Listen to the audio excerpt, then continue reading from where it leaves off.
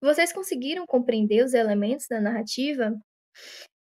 Se restou alguma dúvida, eu peço que vocês assistam novamente e se essa dúvida permanecer, eu peço que vocês comentem aqui embaixo que eu irei responder. Agora nós iremos para uma outra parte da aula, que é conhecer o Daniel Munduruku, que é um autor indígena, a leitura do conto, e também nós iremos responder questionamentos na terceira parte da aula. Daniel Munduruku é um autor indígena, nascido em Belém, em 28 de fevereiro de 1964. É um escritor e professor paraense, pertencente ao povo indígena Munduruku, autor de livros publicados por diversas editoras no Brasil e no exterior, a maioria classificados como literatura infanto-juvenil e paradidáticos. É graduado em Filosofia e tem licenciatura em História e Psicologia. Tem mestrado e doutorado em Educação pela USP, Universidade de São Paulo, e pós-doutorado em Linguística pela Universidade Federal de São Carlos, UFSCar. Ativista engajado no movimento indígena brasileiro, reside em Lorena, interior de São Paulo, desde 1987, cidade onde é diretor-presidente do Instituto da UCA e do selo UCA Editorial. Também é membro fundador da Academia de Letras de Lorena. Já recebeu vários prêmios nacionais e internacionais por sua obra literária. Muitos de seus livros receberam selo altamente recomendável da Fundação Nacional do Livro Infantil e Juvenil. Agora nós iremos fazer a leitura do conto Tempo de Aprender. Daniel Munduruku, 2021. Foi assim que me tornei professor, fruto de uma promessa. Tinha vontade de ser igual ao meu avô, um professor de verdade que sabia ensinar com poesia e alegria. Queria trazer isso para a minha sala de aula. Não foi, no entanto, tão fácil como parece. Dentro de mim tinha a vontade e o desejo de ser um confessor de sonhos, como dizia sempre meu avô. Conhecia a palavra necessária, não tinha, porém, as ferramentas. Estas eu precisaria obter para não correr o risco de ficar fragilizado diante das pessoas. No meu processo de formação, tive que andar pela cidade, conhecer coisas que antes não conhecia e viver aventuras que antes não tinha vivido. Precisava conhecer bem os rituais para que a cidade me apresentava para poder caminhar com passos seguros. Estudei muito, reconhecia que minha preparação intelectual era muito frágil perto da formação que as outras pessoas recebiam nas escolas da cidade. Eu vinha de uma escola da floresta onde aprendem coisas importantes para a vida, mas muito pouco úteis para a cidade dos automóveis. Claro que me serviria o que havia aprendido lá, mas para que mais sabia que teria que correr riscos se quisesse cumprir meus objetivos. No começo foi muito difícil. Entrei na escola profissionalizante, estudava de manhã as disciplinas escolares normais e à tarde ia para as oficinas aprender uma profissão. Era a vontade de meu pai, que sempre me dizia da importância de saber algo útil para a vida. Meu pai era carpinteiro, gostava de serrar madeira para fabricar brinquedos. Eu achava aquilo maravilhoso. Ele tirava coisas novas de algo aparentemente sem forma. Pegava a árvore e dava uma nova roupa para ela. Tinha destreza nas mãos, era um grande artesão. Um dia, ao saber que ia embora, me chamou a um canto e disse: Você vai partir, meu filho. Pode ir. Você já passou pelos rituais de maioridade do nosso povo. Você já é um homem. Tem minha bênção. Você acha que eu tenho que ir, meu pai? Você tem que ir mesmo que eu diga para ficar. A escolha é e sempre será sua, de mais ninguém. E se eu não conseguir? Volte para casa, aqui sempre terá acolhida. Mas saiba, quem viveu o que você viveu e quem sabe o que você sabe, já não precisará de mais nada para viver bem. Precisa apenas não esquecer o óbvio. O que é tão óbvio, pai? A simplicidade para encarar os desafios, o domínio de si e a alegria de ser o que é. Sabedor disso, você será imbatível. E se esquecer essas coisas? Pense na sua gente aqui do mato. Pense em seu pai serrando madeira para fazer brinquedos.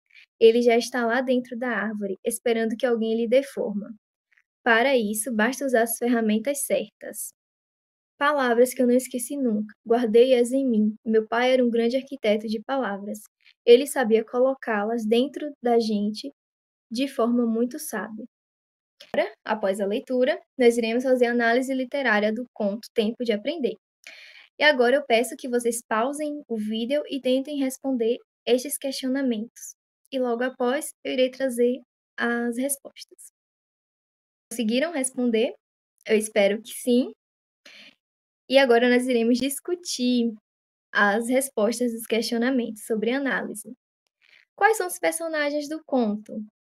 Então, os personagens do conto são apenas dois, que é o jovem, o personagem principal, porque tudo no conto se desenvolve por meio dele. E o pai dele, que é o personagem coadjuvante, ou seja, um personagem secundário. Ele cita o avô em um momento do conto, mas percebam que o avô não participa da história, ele não interage com o meio, então ele também não é um personagem. Enredo do conto. O personagem principal conta como se tornou professor, a sua trajetória e desafios. Um desses desafios seria se afastar da sua família e das suas origens. No final, o personagem mostra que o conflito foi vencido, pois mostra satisfação com sua formação e profissão.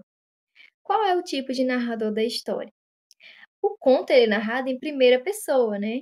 Então, por ser narrado em primeira pessoa, ele é um narrador personagem. Qual é o tempo da narrativa do conto? O tempo. Vocês perceberam que o personagem não segue uma linearidade? Ele fala conforme as memórias dele, de quando ele era jovem. Então, o tempo é psicológico, pois o personagem conta a história conforme as suas memórias. Qual é o espaço em que a história se passa? O espaço é psicológico e as memórias do personagem, né? Porque ele revisita as memórias, mas ele também dá a entender, né? Deixa a brecha de que ele conta a história em uma comunidade indígena, porque as memórias dele se passam lá. Perdão, ele conta a história, ele não deixa explícito o lugar em que ele conta a história, mas as memórias dele se passam em uma comunidade indígena. Então, aqui nós poderíamos ter dois espaços: um espaço psicológico das memórias, e no espaço das memórias também está a comunidade indígena. E agora nós iremos responder mais questionamentos. Eu também peço que vocês novamente pausem o vídeo e tentem responder sozinhos, e depois eu irei trazer as respostas. E conseguiram responder? Eu espero que sim, novamente. E eu irei trazer agora as respostas dos questionamentos sobre análise textual. Qual é o principal tema abordado no conto? O principal tema é o aprendizado como um processo de amadurecimento, especialmente dentro do contexto cultural indígena. Então, o conto, ele vai trazer esse processo de formação do personagem, que é o processo de amadurecimento, o processo de crescimento dele. O conflito central da narrativa é interno ou externo? É interno, pois o protagonista se vê dividido entre ir em busca de seus sonhos na cidade ou ficar perto da sua família e das suas origens. Eu trouxe trechos do texto que nós poderíamos utilizar para comprovar as nossas respostas, que é um conflito interno do personagem. Não foi, no entanto, tão fácil como parece. Dentro de mim tinha vontade, o desejo de ser um confessor de sonhos, como dizia sempre meu avô. No meu processo de formação, tive que andar pela cidade, conhecer coisas que antes não conhecia e viver aventuras que antes não tinha vivido. Precisava conhecer bem os rituais que a cidade me apresentava para poder caminhar com passos seguros. Então, nesses trechos, nós comprovamos que é um personagem narrador, é um narrador-personagem, porque é narrado em primeira pessoa, e que o conflito dele é interno. Quais são os valores ou ensinamentos indígenas transmitidos no conto? O respeito pela tradição, a valorização do conhecimento dos mais velhos e a harmonia com a natureza. Isso porque ele busca saber do pai, né, ele busca a orientação do pai e por isso é a valorização do conhecimento dos mais velhos e o respeito pela tradição. Porque percebam que logo no início ele fala do avô e logo após ele busca a orientação do pai. E também a harmonia com a natureza, porque ele deixa claro que o pai dele tem uma maestria em fazer isso em criar elementos a partir da natureza, em fazer arte a partir da natureza. Então por isso que há harmonia com a natureza. E o respeito também. E aqui eu trouxe um trecho que nós poderíamos utilizar para comprovar a resposta. Você vai partir, meu filho. Pode ir, você já passou pelos rituais de maioridade do nosso povo. Você já é um homem, tem minha bênção. Então, neste trecho, há a valorização e o respeito pela tradição. E aqui eu trouxe mais um trecho. Volte para casa, aqui sempre terá acolhida, mas saiba, quem viveu o que você viveu e quem sabe o que você sabe já não precisará de mais nada para viver bem. Precisa apenas não esquecer do óbvio, aqui mais uma vez a valorização da tradição. E mais trechos, a simplicidade para encarar os desafios, o domínio de si e a alegria de ser o que é. Sabedor disso, você será imbatível. Pense na sua gente aqui do mato. Pense em seu pai serrando madeira para fazer brinquedos. Ele já está lá dentro da árvore, esperando que alguém lhe dê forma. Para isso, basta usar as ferramentas certas. Então, todos esses trechos nós poderíamos utilizá-los para comprovar nossas respostas. É importante que quando se faça uma análise, retire trechos do texto para comprovar o que está sendo dito por você.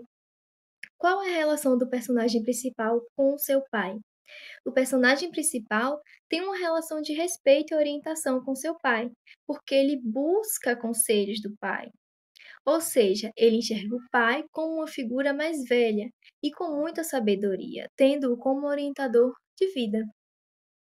Então, pessoal, essa foi a nossa aula de hoje. Eu espero que vocês tenham compreendido o que é um conto, os elementos da narrativa. Se restar qualquer dúvida, podem entrar em contato comigo. E aqui estão as referências da aula que eu utilizei para fazer a aula. E lembrando que quem quiser ter mais informações sobre a aula, o plano de aula estará completo aqui na descrição do vídeo. Muito obrigada pela atenção e até mais.